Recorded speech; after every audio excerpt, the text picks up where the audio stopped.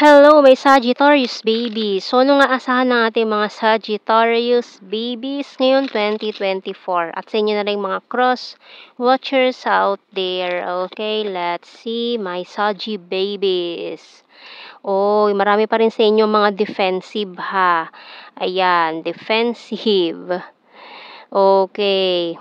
Mukhang, may mga pinagdaan ng ano ngayon ha? Heartache ngayong 2023, nagmo-move on and okay, tingnan natin.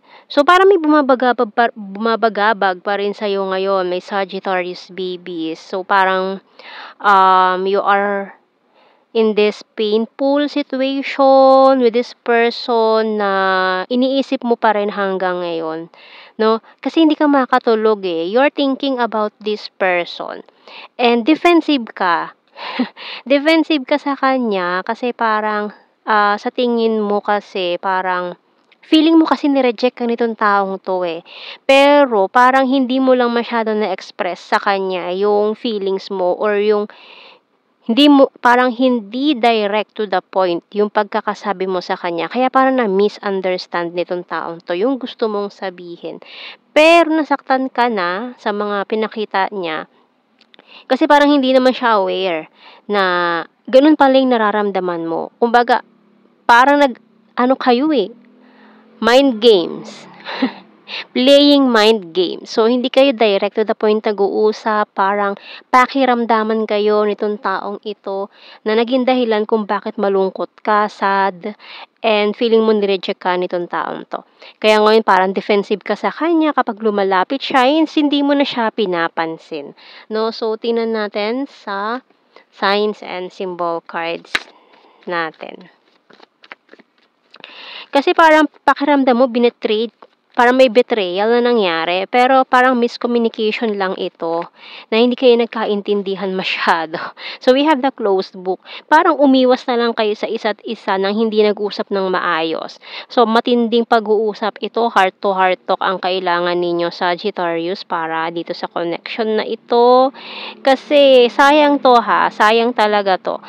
Ayan parang marami sa inyo nag-deal with or natapos ang mga karmic cycles ngayon. Kasi sa mga Sagittarius, malaki ang impact ng Mercury retrograde sa mga Sagittarius din ngayong December, last Mercury retrograde. So, maring marami sa inyo nag-clear ng mga karmic cycles ngayong 2023. Kaya mabigat ang 2023 para sa inyo. Kasi kailangan nyo nang bitawan itong mga taong ito na sa tingin ninyo ay hindi karapat-dapat or hindi na dapat bigyan ng pansin sa 2024. No? Mag-focus na lang doon sa mga bagay na talagang para sa'yo. Kasi, ayan, tulad niyan, no, may someone dito na iniisip mo pa rin, maaari nang hihinayang ka sa connection na meron sana kayo nitong taong ito, pero parang ibinigay mo yung attention mo sa isang tao na hindi karapat-dapat bigyan ng attention. Kaya nasaktan ka. And parang may panghihinayang din on your part. No? So, tingnan natin. Ano ang may bibigay ng ating mga spirit animals para sa ating mga Sagittarius babies. So, we have here grasshopper. Take a leap of faith. So, kailangan mo mag-take ng risk this 2024 and surrender now. Oh, Mott Spirit, surrender now and prepare to fight. Team Rocket. Okay, so we have here the starfish. Often to infinite possibility. So, marami mga darating na pagsubok pa rin and opportunity this 2024 for my Sagittarius babies. Okay, so kuha tayo ng messages dito sa ating Tarot Messages Oracle Cards.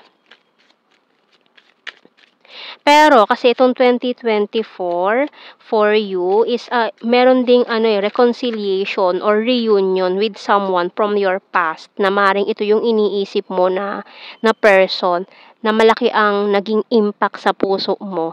So we have here, ayun, can we start again?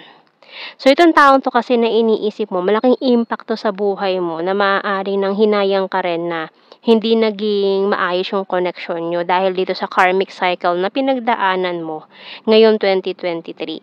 I'm sorry I'm wasted. You're so sexy and you're my wish come true. And husband-wife material, I want to grow old with you. Kasi itong taong 'tong iniisip mo na makasama sa buhay, maaaring it's your chance this 2023 para sabihin mo na sa kanya totally kung ano ba talaga yung nilalaman ng puso mo. Kasi ito na yung chance nyo for this connection, okay? So, yung bottom card natin dito, you're my strength. Kuha tayo ng initials, tatlong initials for my Sagittarius, babies, X, H, and letter E. Okay.